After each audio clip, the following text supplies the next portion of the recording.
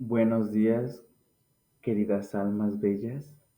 Proseguiremos con la lectura, pero antes de iniciar este capítulo quería comentarles, referente al video pasado, que hay que tener claro y dejar algo en claro.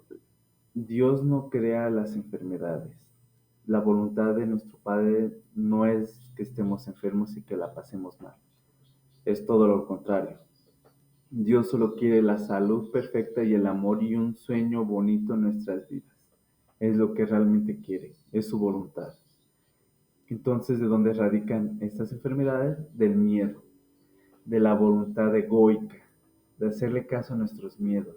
Es por eso que en algunas investigaciones se ha dado cuenta que el origen de toda enfermedad tiene un origen en un porcentaje del 80% que es psicosomático.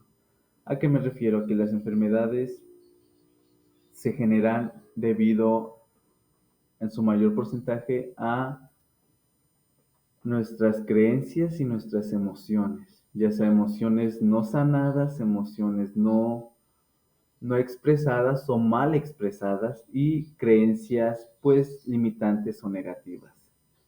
Y muchos pues filosofías y demás dan la cavidad a ello, de que el cuerpo no tiene la capacidad de crear nada, pero la mente sí lo tiene. Y la mente se ve influenciada por nuestras emociones. Las emociones siempre van a ser más fuertes que nuestra mente. Entonces, hay que tener cuidado o cuidar nuestra calidad de pensamientos, depurar los limitantes, los negativos y fomentar nuevos pensamientos con afirmaciones o demás técnicas que hay en el mundo.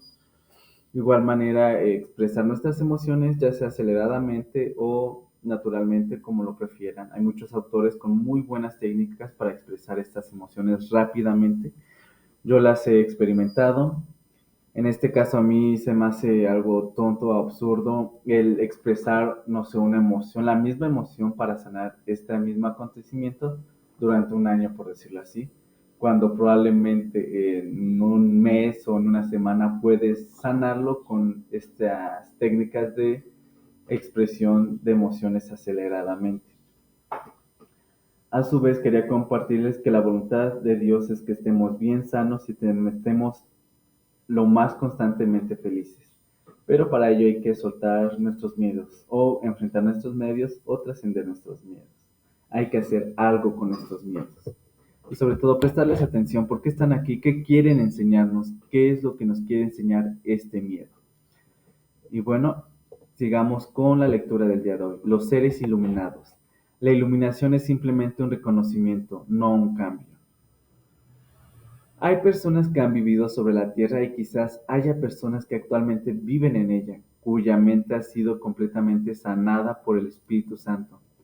Han aceptado la expiación. En todas las religiones se nos han hablado de santos o profetas que hicieron milagros.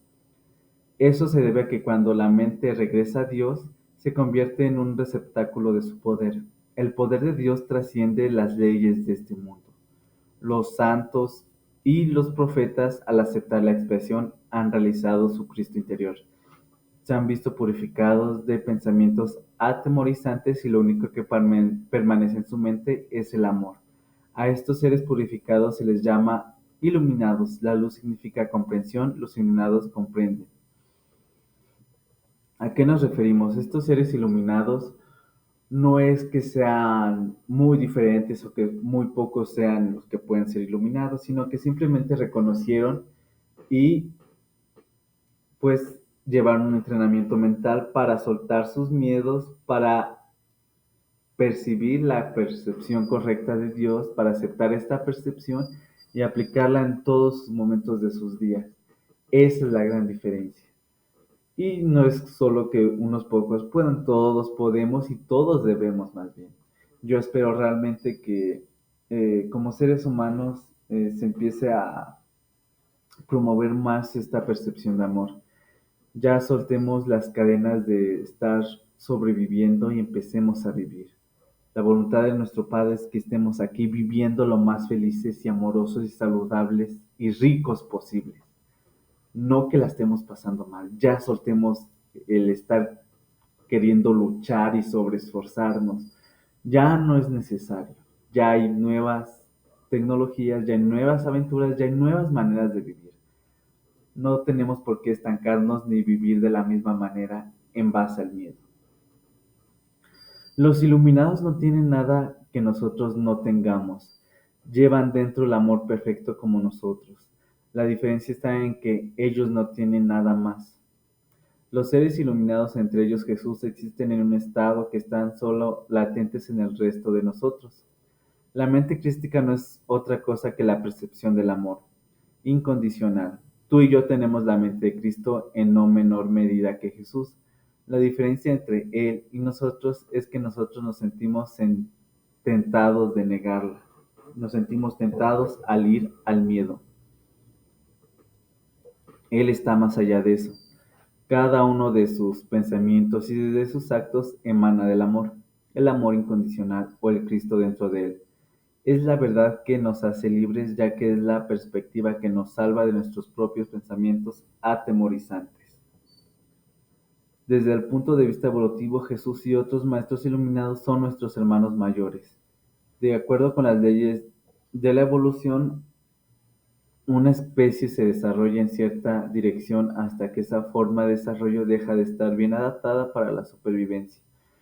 Llegado a ese punto se produce una mutación, aunque esta no representa a la mayoría de la especie, representa la línea evolutiva mejor adaptada para la supervivencia de la especie. Entonces los que sobreviven son los descendientes de la mutación. Nuestra especie tiene problemas porque nos peleamos demasiado. Nos peleamos con nosotros mismos, con los demás, con nuestro planeta y con Dios. Nuestras actitudes dominadas por el miedo ponen en peligro nuestra supervivencia. Una persona que ama cabal y completamente es como una mutación evolutiva que que manifiesta un ser que pone siempre el amor por delante y así crea el contexto en el que se producen los milagros. En última instancia, es lo único inteligente que se puede hacer. Es la única orientación vital capaz de apoyar nuestra supervivencia. Los mutantes, los iluminados, nos muestran a todos los demás nuestro potencial evolutivo. Nos indican el camino. Hay una diferencia entre ser un indicador del camino y ser una muleta. Hay personas que dicen que ellas no necesitan de una muleta como Dios, pero Jesús no es una muleta, es un maestro. Si quieres ser escritor, lees a los clásicos. Si quieres ser un gran músico, escuchas la música que crearon los grandes compositores que te han precedido. Si te estás preparando para ser pintor, es una buena idea que estudies a los grandes maestros. Si Picasso entrara en tu habitación mientras estás aprendiendo a dibujar y te dijera, hola, dispongo de un par de horas, ¿quieres que te dé alguna idea? ¿Acaso le dirías que no? Lo mismo pasa con los maestros espirituales, Jesús, Buda o cualquier otro iluminado, fueron genios por su manera de usar la mente y el corazón, así como Beethoven fue un genio con la música y Shakespeare con las palabras. ¿Por qué no aprender de ellos, seguir su liderazgo, estudiar lo que hacían bien y aplicarlo en nuestras vidas? Un curso de milagros usa la terminología cristiana tradicional, pero de una manera muy poco tradicional. Palabras como Cristo, Espíritu Santo, Salvación, Jesús y otras se utilizan según su significación psicológica, más bien que religiosa. Como estudiante y maestra de un curso de milagros, he podido comprobar la gran resistencia que muchas personas muestran a los términos cristianos como judía. Yo pensaba que eran solo los judíos los que tenían un problema con la palabra Jesús, pero me equivocaba. No son solo los judíos los que se ponen nerviosos al oír mencionar su nombre. Si pronuncias la palabra Jesús ante un grupo de cristianos moderados, es probable que provoque tanta resistencia como cualquier otro grupo. O inclusive se ha aludido a Jesús mucho miedo o que es una víctima, un ser clavado y cuestiones así, cosas un tanto pues equivocadas y feas realmente. En lugar de sentir amor por Jesús o por Dios, sentimos miedo y la sensación de que vamos a ser castigados o condenados. Y entiendo por qué, tal como se afirma en el curso, se han hecho amargos ídolos de aquel que solo quiere ser un hermano para el mundo. Exacto. Son tantos los términos cristianos de que se ha echado mano para crear y perpetuar la culpa que muchas personas inteligentes han decidido rechazarlos por completo. Yo en su momento también lo rechacé mucho, puesto que era o sea, no he hecho nada malo, soy un niño que viene al mundo y ya me están condenando y ya me están castigando y bla, bla, bla, y que soy un pecador y demás ideas absurdas. En muchos casos, a decir verdad, el problema es peor para los cristianos que para los judíos. Generalmente a los niños judíos no se les enseña absolutamente nada sobre los términos cristianos, mientras que para muchos niños cristianos estas palabras están cargadas de culpa, castigo y miedo al infierno. No se diga ese miedo al infierno, ese miedo a la condena eterna con la cual vivimos nuestros días. Yo conozco muchas personas que dicen tener fe en Dios, pero no porque quieran creer en Él, sino porque le temen a la condena eterna. Es de voy, creo y voy los domingos a misa para que no me vaya al infierno. Entonces, no se trata de eso. Las palabras no son más que palabras y siempre se puede encontrar otras nuevas para reemplazar a las que agravian o disgustan. En el caso de Jesús, sin embargo, el problema no es tan simple como para resolverlo sencillamente encontrando otra palabra. Jesús es un hombre y de nada sirve hacer como si se llamara Alberto. Al rechazar auténticamente a Jesús basándose en lo que algunos cristianos tradicionales han hecho con él y con su nombre, muchas personas han tirado el grano junto a la paja en relación con un curso de milagros y otras presentaciones esotéricas de la filosofía crística. Han reemplazado sin más al material basándose únicamente en su lenguaje. Al hacerlo han caído en una trampa mental que en Alcohólicos Anónimos se le conoce como desprecio anterior a la investigación. Es cierto, yo recomiendo que sanes esos juicios y todo lo referente a esos nombres o a ese tipo de lenguajes, puesto que yo también en su momento era una persona que condenaba mucho la Biblia en su momento porque no tenía pues sentido y en base pues también no, pues, era una especie de manipulación humana por decirlo así, yo lo veía de esa manera, entonces se enjuiciaba mucho la palabra Dios y todo lo referente a ello, a Jesús y demás, ¿no? Pero en Curso de Milagros, entre otros autores, me han ayudado a cambiar esta percepción. Pero si ustedes sienten que hay alguna parte de su interior que se resiste a ello, pues llámanlo de otra manera. Fuente original, vórtice, el desde siempre, Cristo interior, ser Cristo, conciencia crística, fuente universal, Padre, amada divinidad, todos los términos que resuenen mejor con ustedes, que realmente se sientan abrazados por el amor, porque si no quieren entrar en una práctica para pues, sanar toda esta terminología, pues utilicen otros términos. No le veo el problema de ello. El punto es que ustedes estén bien y se sientan muy a gustos al pedir la ayuda y la asistencia divina. Hace años acudí a una cena en Nueva York. En la mesa el tema de conversación era una novela que se acababa de publicar y alguien me preguntó si la había leído. Yo solo había leído la reseña del libro en el New York Times, pero mentí y dije que sí. Me sentí muy avergonzada de mí misma, no había leído el libro, pero tenía la información suficiente para fingir durante un momento que sí. Estaba dispuesta a dejar que una opinión ajena pasara por ser la mía. No mucho tiempo después recordé aquel incidente cuando estaba decidiendo si leer o no un libro, que por cierto era uno de los libros de un curso de milagros que trataba de Jesús, sobre quien no había aprendido nada en mi niñez. Simplemente me habían dicho, nosotros no leemos esas cosas, cariño. Pero los judíos además son conocidos por la forma en que estimulan los logros intelectuales en sus hijos. A mí, aunque nadie lo había dicho a juzgar por mi comportamiento en aquella cena, me habían enseñado a leer y a pensar por mi cuenta. Y solía hacerlo. A mi modo de ver, un curso de milagros no promociona a Jesús. Si bien los libros proceden de él, queda muy claro en ellos que se puede ser un estudiante avanzado del curso y no tener una relación personal con Jesús. Yo lo veo con muchas personas que han leído este libro de un curso de milagros, que vienen de diferentes religiones o son ateos y aún así lo han leído.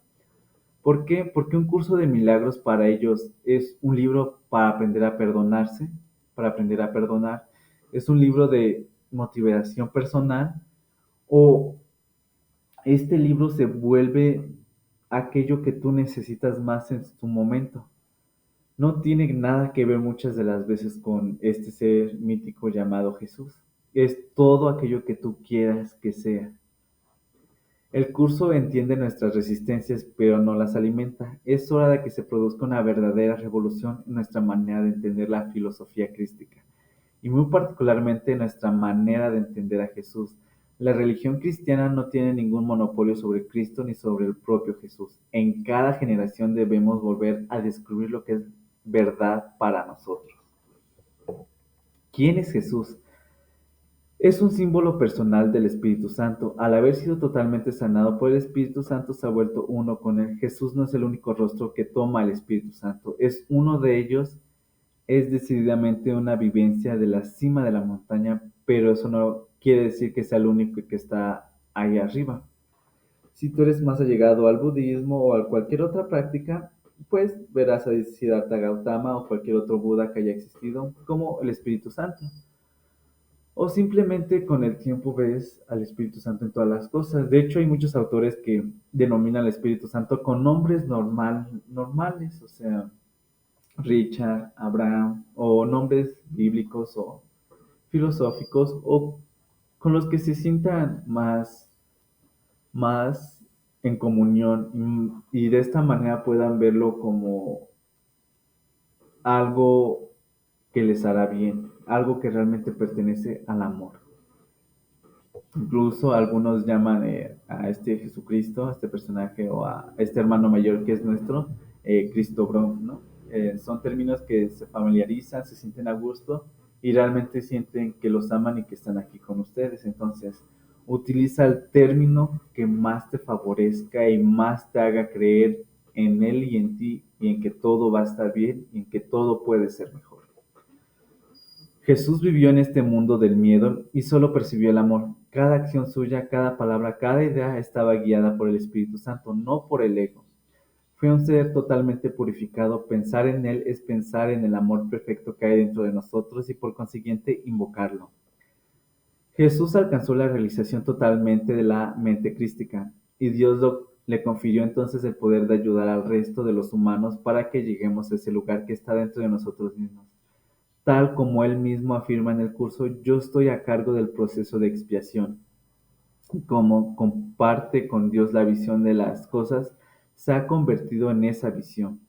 Ve a cada uno de nosotros tal como Dios nos ve, inocentes, perfectos, amorosos y dignos de amor. Recuerda que no hay en todos los humanos, muy en el interior, por alguna sensación o razón, nos sentimos indignos de amor. Creemos que no lo merecemos. Entonces, este es un perfecto momento para recordar que somos dignos de amor por el simple hecho de existir y ser. No tenemos que hacer nada para sentirnos dignos de amor. Ya somos dignos de amor.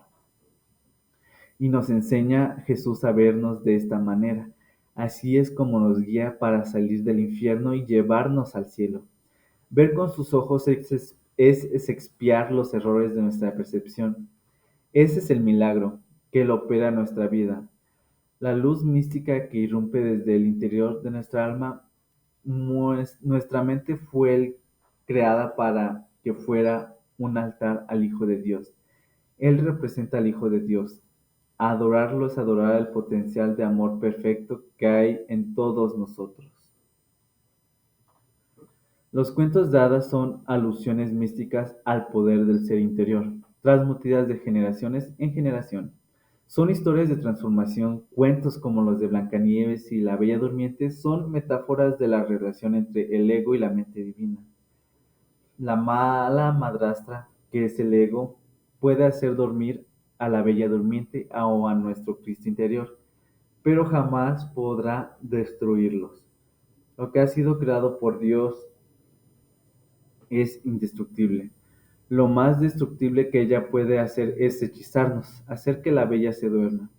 Y lo hace, pero el amor que hay dentro de nosotros no se extingue. solo se queda dormido durante un tiempo muy largo. En todos los cuentos de hadas llega el príncipe, y su beso nos hace recordar quiénes somos y por qué venimos aquí. De hecho, hago un hincapié a que cuando se pide la asistencia divina, en muchas ocasiones puede verse reflejada en películas, en historias, en cuentos. Si estás dispuesto a interpretarlo con los ojos del amor, te darás cuenta que la enseñanza está ahí. El príncipe es el Espíritu Santo, que viene con vestimentas y disfraces diversos a despertarnos con su amor. En el momento en que casi se ha perdido toda esperanza, cuando aparece que el mal ha triunfado, por fin, nuestro Salvador aparece para tomarnos en sus brazos. Tiene múltiples rostros y uno de ellos es el de Jesús. No es un ídolo ni una muleta, es nuestro hermano mayor, es un regalo. Veámoslo como un ser querido que amamos y queremos mucho y que Él nos ama y nos quiere ver feliz. Hasta aquí les dejo este capítulo y les agradezco por acompañarme en esta aventura. Gracias por estar aquí, bellas almas. Hasta luego.